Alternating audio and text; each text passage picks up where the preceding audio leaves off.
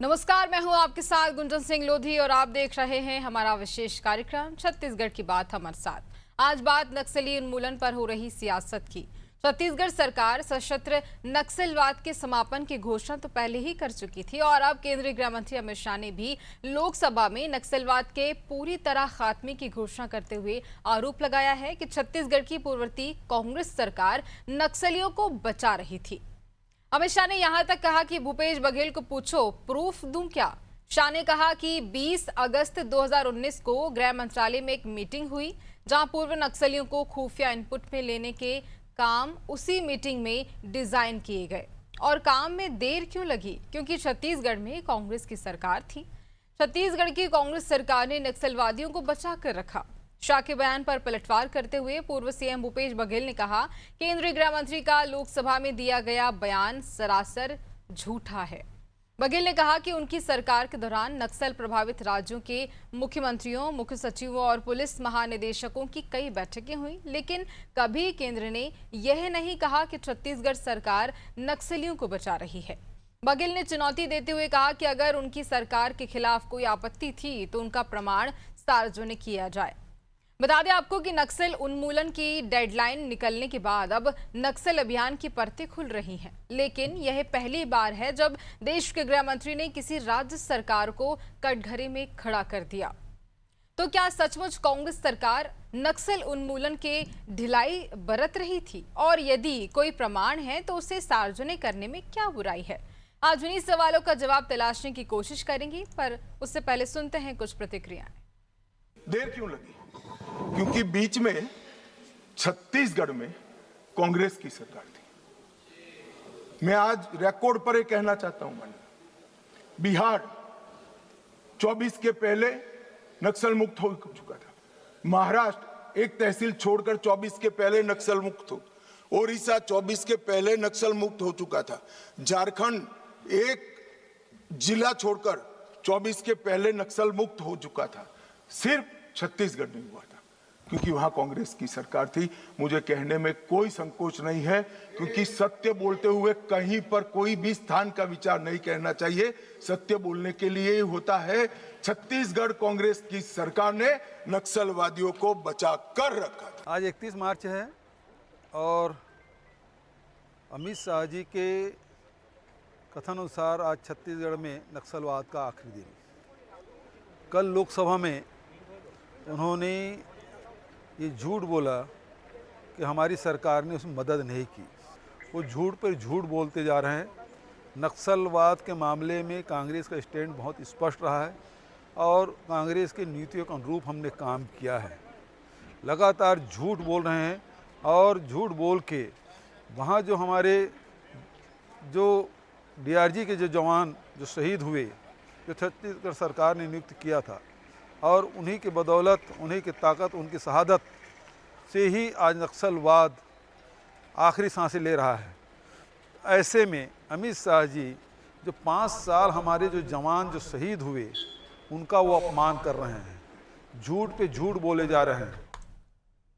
इस मुद्दे पर चर्चा के लिए हमारे साथ खास मेहमान जुड़ रहे हैं। आपसे रूबरू करा देते हैं डॉक्टर गंधर्व पांडे, भाजपा प्रवक्ता हैं, रिंकी पांडे, कांग्रेस प्रवक्ता, रमेश पांडे, वरिष्ठ पत्रकार। आप तीनों का बहुत स्वागत करना चाहूंगी। और सबसे पहला सवाल मेरा बीजेपी से ही रहने वाला है कि देखिए 31 मार्च 2026 आज वो दिन जिसका इंतजार लंबे समय से किया जा रहा था और आज के दिन की डेडलाइन ही रखी गई थी, आज की तारीख की डेडलाइन रखी गई थी। लेकिन अब जब वो दिन भी नजदीक आ चुका है तो कांग्रेस पर वार पलटवार किए जा रहे हैं।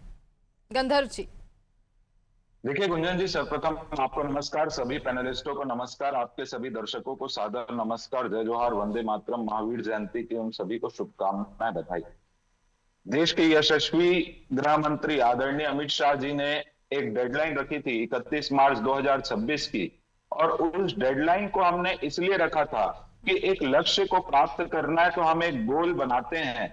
उस गोल के तहत वहां पर कार्यवाही और प्रतिबद्धता के साथ उस दिशा में क्रियान्वयन करते हुए हमने आज छत्तीसगढ़ को, कल माननीय अमित शाह जी ने देश को नक्सल मुक्त घोषित किया है।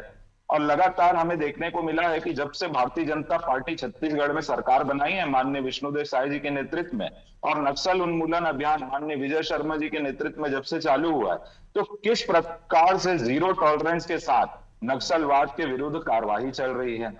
700 से 800 लोगों का जो है एनकाउंटर हुआ जो इस विचारधारा के थे। 2500 से 3000 लोगों ने उसमें सरेंडर किया। 1500 से अधिक माइंस को हमने जब्त किया। हजारों वेपन्स हमने जब्त किए। तो ये सरकार की प्रतिबद्धता को दिखाता है कि सरकार क्या करना चाहती है। और जब निरंतर हम ये कार्य कर रहे थे, आप उस समय में भी देखेंगे तो जब वहां से नक्सल के लीडर्स पत्र लिखते थे तो दीपक बैज जी का बयान आता था कि ये जो पत्र है वो तो कोई भी घर में लिख सकता है, इसकी क्या गारंटी है। जब हमारे सुरक्षा बल वहां किसी का नक्सलियों का एनकाउंटर करते थे तो दीपक बैज जी बोलते थे ये तो गांव के लोगों को मार के बोल देते हैं कि नक्सलियों को मारा है। तो जो हमारी सेना है उसका मनोबल तोड़ने का काम कौन कर रहा था? अभी मैं आप ही के चैनल में सुन रहा था कि डीआरजी के जवानों का जिक्र कर रहे थे भूपेश बघेल जी। उन डीआरजी के जवानों का इतिहास भी उनको पता होना चाहिए। जो सलवा जुलूम आंदोलन चल रहा था, जब उस पर सुप्रीम कोर्ट ने रोक लगाई तो उन युवाओं का क्या होगा उसको ध्यान में रखते हुए डीआरजी के जवान के रूप में उनकी भर्ती हमारे पूर्व मुख्यमंत्री माननीय डॉक्टर रमन सिंह जी ने अपनी सरकार में की थी और उसमें लगातार भर्तियां होती रही। और 2018 से 2023 के मध्य ये जो नक्सलवाद है इसके विरुद्ध एक सॉफ्ट कॉर्नर को लेकर के कि इनको सुधारने का मौका चाहिए, बातचीत से ही बात बनेगी, ये सारी चीज ऐसी हैं।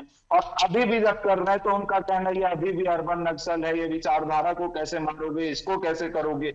इनको खुशी इस बात की नहीं है कि सशस्त्र नक्सलिज्म को हमने खत्म कर दिया, बल्कि ये उसको और कैसे पोषित किया जाए उस दिशा में सोचते। ये नक्सलवादी बंगाल से चालू हो करके पूरे देश में फैल गई ये समस्या और छत्तीसगढ़ हमारे राज्य में ये समस्या इतनी बड़ी हो गई कि कांग्रेस के ही इतने बड़े बड़े लीडर्स की उसमें मृत्यु हुई। फिर जब इनका शासनकाल था, हमारी सरकार आने के पहले अनेक भारतीय जनता पार्टी के नेताओं की कार्यकर्ताओं की हत्या होती थी, चुनाव प्रचार के दौरान हत्या होती थी। तो भूपेश बघेल जी उस समय एक्टिंग चीफ मिनिस्टर थे। उन्होंने उस समय क्या किया? क्या उन्होंने कोई बयान दिया? बल्कि ये बस नक्सल घटना है बोल के डाल देते थे। वो यहां तक कि ये भी नहीं लिख पाते थे कि भारतीय जनता पार्टी कार्यकर्ता था इसलिए नक्सलियों ने मार दिया। तो ये सारी चीजें पूरे देश ने और प्रदेश ने देखी है। और वर्तमान में मैं सर्वप्रथम हमारे सुरक्षा बलों को, सीआरपीएफ के जवानों को, कोबरा बटालियन को, डीआरजी के जवानों को, इंटर स्टेट ऑपरेशन करने वाली हमारी पुलिस फोर्स को, साथ ही साथ माननीय केंद्रीय गृह मंत्री, माननीय प्रधानमंत्री जी, माननीय मुख्यमंत्री जी, माननीय उप मुख्यमंत्री जी ने जो प्रतिबद्धता के साथ ये कार्य किया है उन सबको बधाई और शुभकामनाएं देता हूं कि उनके नेतृत्व में हमारा छत्तीसगढ़ आज सशस्त्र नक्सलिज्म से आजाद हुआ है। और हमारा जो छत्तीसगढ़ है निश्चित तौर पे आने वाले भविष्य में जो बस्तर के जंगल हैं, जो अबू जहामड़ है, वो एक एजुकेशन सिटी के रूप में उभर कर सामने आएगा। वहां के लोगों को मूलभूत सुविधाएं मिलेगी। गुंजन जी, मैं आपको बताना चाहूंगा, आपको आश्चर्य होगा, वहां पर लोगों ने आज पहली बार मोबाइल टावर लगे हैं, पहली बार वो रंगीन टीवी देख रहे हैं। जब वहां जाते हैं और बच्चे मोबाइल देखते हैं तो ऐसे अचंभित होकर के देखते हैं कि ये क्या नया चीज आ गया है। तो इस प्रकार से विकास को वहां पर अभी तक रोका गया था और उसको आज वहां पहुंचाने का कार्य मुझे गर्व है कि भारतीय जनता पार्टी के सरकार के नेतृत्व में हुआ। ठीक है, रिंकी पांडे जी सारी बातें सुन रही थी। रिंकी जी, अगला सवाल आपसे ही कि सच में कांग्रेस ने नक्सलियों को पनाह दी थी? मुझे तो इनकी बातें सुनकर बहुत हंसी आ रही है कि शायद ये अपना होमवर्क पूरा करके नहीं आए हैं। पहली चीज तो मैं ये बता दूं इनको कि जो सरकार थी वो सबसे ज्यादा वहां सरकार छत्तीसगढ़ में किसकी रही है अभी तक? 25 सालों में किसकी थी? 18, आप वो भी मैं बता रही हूँ, 25 सालों में 18 साल इनकी भाजपा सरकार थी छत्तीसगढ़ में। और उसके बाद अंत के 4 साल 15 सालों में जो 4 साल थी, उसके बाद केंद्र में हमारी कांग्रेस की सरकार आई, लेकिन केंद्र में भाजपा की सरकार भी आई, इनको वो भी मौका मिला, लेकिन तब भी ये कुछ भी नहीं कर पाए। मैं बात करती हूँ छत्तीसगढ़ की पहले कि छत्तीसगढ़ में जो 2003 से लेकर के 2018 के पहले सरकार थी, तो ये भाजपा की सरकार थी, इन्हें बहुत मौका मिला।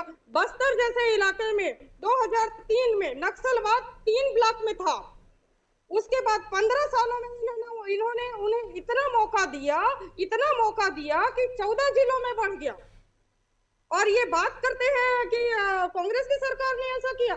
मैंने भी आज संसद में जो उनका शाह जी का वक्तव्य जो चल रहा था वो मैंने भी सुना, किस तरह से ये हमारे आदरणीय पूर्व मुख्यमंत्री भूपेश बघेल जी पर आरोप लगा रहे हैं। ये तो बेहद ही निंदनीय है। खैर, उनके बारे में तो मैं क्या कहूँ, वो तो बोलते ही रहते हैं। लेकिन आपको मैं एक चीज बता दूं कि हमारे भूपेश बघेल सरकार ने आदिवासियों के लिए राजनीतिक, आर्थिक और सामाजिक तरीके से उनके लिए कार्य किया, उनके लिए सम्मानजनक कार्य किए, उनके वन अधिकार पट्टा उन्हें दिया, राशन कार्ड उन्हें दिया, उनके लिए स्कूल खोले, उनके लिए अस्पताल की व्यवस्था की, जिससे वे हमारी सरकार आने के पहले इन चीजों से वे वंचित थे। इनके पास 15 साल तक वे वंचित थे। जब कांग्रेस की सरकार छत्तीसगढ़ में बनी तब उन्हें इन सारी चीजें उन्हें उपलब्ध हुई। और आपको एक बात मैं बताऊं कि भूपेश बघेल सरकार ने रणनीति बना करके कार्य किया था दो प्रकार से। पहले उन्होंने बस्तर के आदिवासियों से, नक्सलवाद वहां से विश्वास जीता, उन लोगों का विश्वास जीता, और जैसे नक्सलवाद जब पीछे हटा था वो उन्होंने खबर विकास किए। आपको मैं बताऊं कि अमित शाह जी जो बड़े बड़े वादे करते हैं, उनके जो वादे साबित होते हैं, उन्होंने एक वादा और किया है बस्तर के लोगों से कि जो गांव नक्सल मुक्त होगा उन्हें वो 1 करोड़ रुपए देंगे। अब वहां के जो इनके अनुसार, बीजेपी के अनुसार जो नक्सल मुक्त हो चुके हैं, अब तो बस्तर हो चुका है, पूरा प्रदेश नक्सल मुक्त हो चुका है, तो 1-1 करोड़ रुपए कब देने वाले हैं। दूसरी बात मैं आपको ये बताऊं कि इन्होंने जिस समय यहाँ सरकार थी 5 साल की, ये छत्तीसगढ़, यही भूपेश बघेल सरकार की तारीफों के पुल बांधते थे। तो क्या वो जुमला था या आज वो संसद में वक्तव्य रख रहे थे वो है? ये बताएं, ये दोनों में से कौन सा इनका जुमला है, ऐसी सत्य है? उस भूपेश बघेल सरकार की जो आप नक्सलवाद को लेकर वो जुमला था। आपको एक चीज याद दिला दूं मैं कि की साथी लेकर के जो जवान हमारे शहीद हुए थे, आप ये उनका भी अपमान कर रहे हैं। उनकी जिम्मेदारी कौन लेता है? 6 अप्रैल 2010 दंतेवाड़ा के ताड़ में 76 सीपीएफ जवान शहीद, 24 अप्रैल 2017 सुकमा में दुर्गापाल 25 जवान शहीद, 25 मई 2000। ठीक है रिंकी जी, वापस लौटूंगे आपके पास। गंधर्व जी, आपके पास सभी सवालों के जवाब भी हैं। आपके पास वापस लौटूंगे। हमारे साथ वरिष्ठ पत्रकार लगातार बने हुए, सारी बातें भी सुन रहे हैं। रमेश जी, देखिए, एक बहुत अच्छी खबर यह है कि नक्सल मुक्त छत्तीसगढ़ हो रहा है और 90% अगर कहा जाए तो नक्सली का खात्मा हो चुका है। और अब इस पर भी सियासत लगातार देखने को मिल रही है, सियासत थम नहीं रही है। जहां बीजेपी एक तरफ आरोप लगा रही है कि जब कांग्रेस की सरकार थी तो नक्सलियों को पनाह दी गई, उन्हें जगह दी गई रहने के लिए। रमेश जी। गुंजन जी, खुशी इस बात की है कि नक्सलवाद उसकी आधिकारिक रूप हो चुकी है। के लिए आप सभी को बधाई, शुभकामनाएं। आने में नक्सलवाद फिर से न उपजे, हम सारे लोगों को मिलकर के सतर्क होकर के काम करना है। अब देखिए, दूसरी बात जो नया विवाद छिड़ गया, मैं कहूंगा, मैं निवेदन भी करूंगा, गंधर्व जी बैठे हुए हैं, कि भारतीय जनता पार्टी को एक बहुत बड़ा दिल से काम करना चाहिए। नक्सलवाद खत्म हो, किसकी वजह से कैसे खत्म, वो बातें उस पर विमर्श करने की जरूरत नहीं। अब मैं ये भी कहूंगा कि केवल छत्तीसगढ़ में ही नक्सलवाद नहीं, मध्य प्रदेश में भी नक्सलवाद, झारखंड में भी नक्सलवाद, आंध्र प्रदेश में भी नक्सलवाद। अमित शाह जी ने न तो आंध्र प्रदेश का जिक्र किया, न तो झारखंड का जिक्र किया, न तो मध्य प्रदेश का जिक्र किया। मध्य प्रदेश में उसमें भारतीय जनता पार्टी की सरकार थी, झारखंड में हेमंत सोरेन जी की सरकार थी, आंध्र प्रदेश में सरकार थी। तो अगर आप किसी और सरकारों का जिक्र नहीं कर रहे हैं तो छत्तीसगढ़ में ऐसी कौन सी आपदा आ पड़ी थी कि आपको बताना पड़ा कि कांग्रेस की वजह से हम नहीं कर पाए? और कांग्रेस की सरकार तो 2018 में आई, 2014 में केंद्र में भाजपा की सरकार आ गई, 2014 से 2018 तक केंद्र में भी भाजपा की सरकार, छत्तीसगढ़ में भी भाजपा की सरकार। उस समय क्या हो रहा था? तो मेरे ख्याल से ये छोटी राजनीति, छोटी मानसिकता से नहीं किया जाना चाहिए और खुले दिल से बड़ा अच्छा काम आपने किया है। इसके लिए पूरा देश खुशी है और आपको बधाई शुभकामनाएं दे रहा है। तो आपको छोटे मन से नहीं, अब बड़े मन से बड़ी बात होनी चाहिए। मैं ये कहूंगा कि ऐसा दिल रखना चाहिए। और भूपेश बघेल जी ने तो ये भी कह दिया कि अगर अमित शाह जी के पास प्रमाण है तो उसको सार्वजनिक करें। तो अगर दोनों लोगों पे बहस छिड़नी है तो दोनों लोग अपना अपना पक्ष रख के, ये भी जनता के सामने साफ हो जाएगा कि क्या था क्या नहीं। लेकिन इतनी बहुत बड़ी खुशी है कि नक्सलवाद से के जंग से देश मुक्त हुआ, छत्तीसगढ़ मुक्त हुआ। छत्तीसगढ़ के बस्तर वासियों के लिए सबसे खुशी का दिन जी। बिल्कुल, बेहद ही खुशी का दिन है लोगों के लिए भी। गंधर्व जी, आप कुछ कह रहे थे, रिंकी जी के सवालों का जवाब आपके पास है। देखिए, सर्वप्रथम रमेश पांडे जी ने कहा कि हमको बड़ा दिल दिखाना चाहिए, तो हम बड़ा दिल दिखा रहे हैं, उसमें कहीं कोई संदेह नहीं है। पर रमेश जी हो चाहे रिंकी जी हो, उनको मैं ये भी बताना चाहूंगा, इन्होंने हमारी सरकारों का जिक्र किया कि केंद्र में हमारी सरकार रही। उसके पहले पी चिदम्बरम जी गृह मंत्री थे, केंद्र के यूपीए शासनकाल की बात करूंगा तो ऑपरेशन ग्रीन हंट नाम से उन्होंने नक्सलवाद के विरुद्ध ऑपरेशन चालू किया था। जो घटना रिंकी जी ने 2010 की बताई, वहां पर भी जो सीआरपीएफ के जवान शहीद हुए वो उन्हीं के शासनकाल के थे। उस समय की शिकायत मैं बताना चाहूंगा गुंजन जी आपको। उस समय केंद्र के हमारे हमारी गृह शासन मंत्री काल संसद के में थे। बोलते थे मैं कुछ बोलना चाह रही हूँ। शासन काल के देने के लिए थे, पैसा नहीं है, 4 हमारे साल पास भाजपा की बुलेट प्रूफ सरकार जैकेट रही, देने का पैसा नहीं है। अंत ये में ऑन भाजपा रिकॉर्ड पी की सरकार चिदम्बरम जी रही। का बयान और था। इसका जवाब भी मैं आज देती जहाँ हूँ। 70,000 सैनिक बस्तर में लगे, आज जहाँ 70 बात सुन लेते हैं, ठीक है रिंकी जी? क्या है, सुनने की क्षमता नहीं है ना, ओके ओके, सच्चाई सुनना पड़ेगा। बिल्कुल सुन बोलिए लीजिए, बोलिए, आपका जवाब मेरे पास है। आज जवाब आपका मेरे 70 से पास है, बोलिए। 75,000 सीआरपीएफ जवान वहां पर क्षेत्र में काम कर रहे हैं। इनका शासन काल था, यहाँ से पत्र लिखते थे साहब 20,000 में नहीं होगा, 25,000 में नहीं होगा, तब गृह मंत्री कह देते थे हमारे पास बजट नहीं है।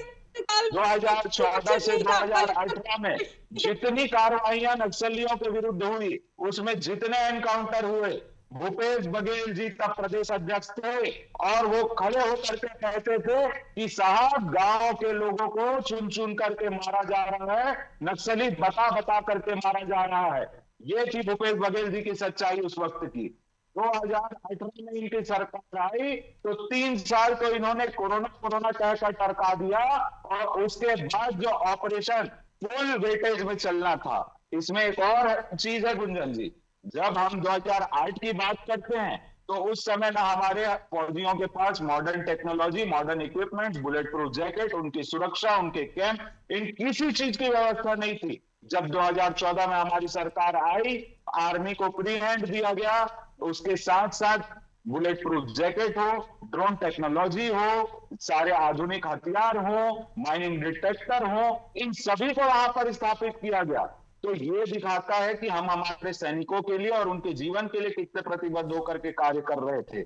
इसके साथ ही साथ भूपेश बघेल जी के शासन काल में अभी आबू जामड़ में हमने बजट दिया उसको एजुकेशन सिटी बनाने का, वहां के बच्चे पहली बार पढ़ाई कर रहे हैं। ये जो बोलते हैं हमने स्कूल खोला, वास्तव में इनकी स्कूलों की सच्चाई बताता हूं। जो सरकारी स्कूल माननीय डॉक्टर रमन सिंह जी ने बतवाए थे, उसी में रंगा पोती करके उसका नाम बदल के इन्होंने घोषणा कर दी हमने इतने स्कूल खोले हैं। नहीं किया था, जनता भली भांति सारी चीज जानती है, समझती है। कांग्रेस केवल और केवल रंग फैलाने की राजनीति करना, और वर्तमान में अभी भी इनके प्रदेश अध्यक्ष जब भी ऐसे एनकाउंटर होते थे तो गांव के लोगों को मार रहे हैं, लेटर तो आते जाते रहते हैं, ये करने से क्या खत्म हो जाएगा। इस प्रकार से हमारे सैनिकों का मनोबल तोड़ने का एक कार्य ये लोग कर रहे थे। उसी चीज को केंद्र में रखते माननीय अमित शाह जी ने कल संसद पटल पर अपना वक्तव्य रखा है, और जब सच्चाई पूरे देश के सामने आ गई तो कांग्रेस पार्टी के पेट में दर्द होना लाजमी। ठीक है, रिंकी पांडे जी। जी, जैसा कि इन्होंने कहा, सबसे पहली चीज कि 2010 में इनकी सरकार की यूपीए की इन्होंने कहा, तो मैं आपको बता दूं कि जिस समय 2013 में झीरम का जो इतनी बड़ी घटना घटी थी, छत्तीसगढ़ में भाजपा की सरकार थी, इनका कहना है कि केंद्र में कांग्रेस की सरकार थी, तो मैं आपको बताऊं कि अगर हमारी सरकार चाहती तो यहाँ तुरंत राष्ट्रपति शासन लागू कर देती, लेकिन उनकी मंशा ऐसी नहीं थी, क्योंकि भाजपा सरकार जनता द्वारा चुनकर ही आई हुई थी। इनको इस चीज का एहसास होना चाहिए। आज ये बात कर एक बार नहीं किए, उसके बाद इमरजेंसी में 1975 में लगभग 50 बार आप सरकारें निष्कासित कर चुके हो, राष्ट्रपति शासन लगा चुके हो, एक बार को गिना रहे हो।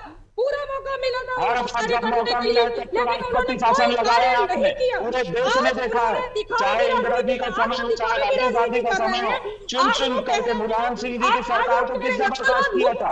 आपकी सरकार ने, आपकी कांग्रेस सरकार ने। मुक्त हो गया तो क्या आज के बाद प्रदेश में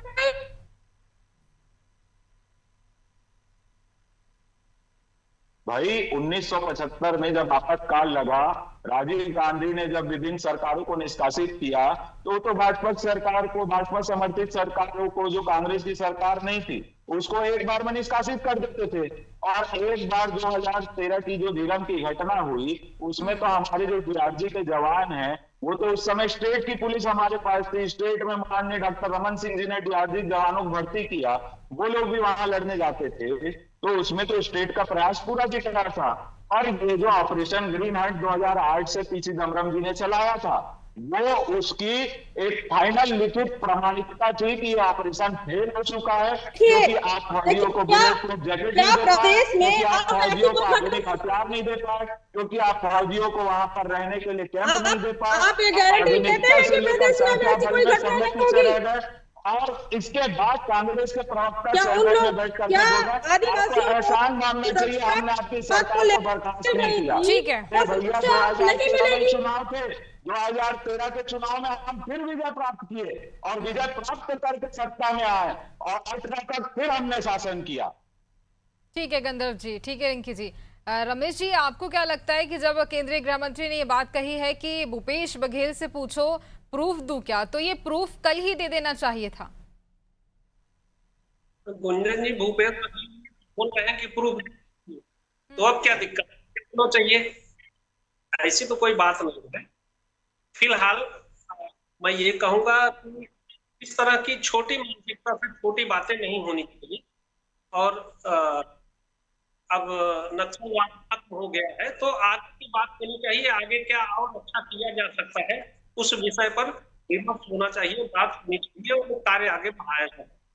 जी बिल्कुल। और देखिए, नक्सलवाद का खात्मा हो चुका है, जिसका लंबे समय से इंतजार किया जा रहा था, वो दिन आज आ चुका है। और ऐसे एक अच्छी खबर के तौर पर हमें देखना चाहिए, एक अच्छी खुशखबरी के तौर पर हमें देखना चाहिए। और जो इलाके नक्सलवाद मुक्त हो चुके हैं, वहां अब कैसे विकास किया जाए, कैसे आगे बढ़ावा दिया जाए, कैसे वहां गांव के लोग खुशी मनाएं, इस पर आगे ध्यान देना चाहिए, ना कि सियासत करना चाहिए। देखिए, वार पलटवार यहाँ देखा जा रहा है दोनों पार्टियों के बीच, लेकिन दोनों को एक दूसरे का सम्मान करना चाहिए। कांग्रेस का काल था, उस समय भी बहुत सारी ऐसी चीजें थी जो अच्छी चीजें हुई हैं, और बीजेपी की सरकार में तो हम देख ही रहे हैं। तो इस पर सियासत ना होकर एक दूसरे का धन्यवाद देना चाहिए। खैर, आप तीनों का मैं बहुत शुक्रिया अदा करना चाहूंगी इस खास चर्चा के लिए।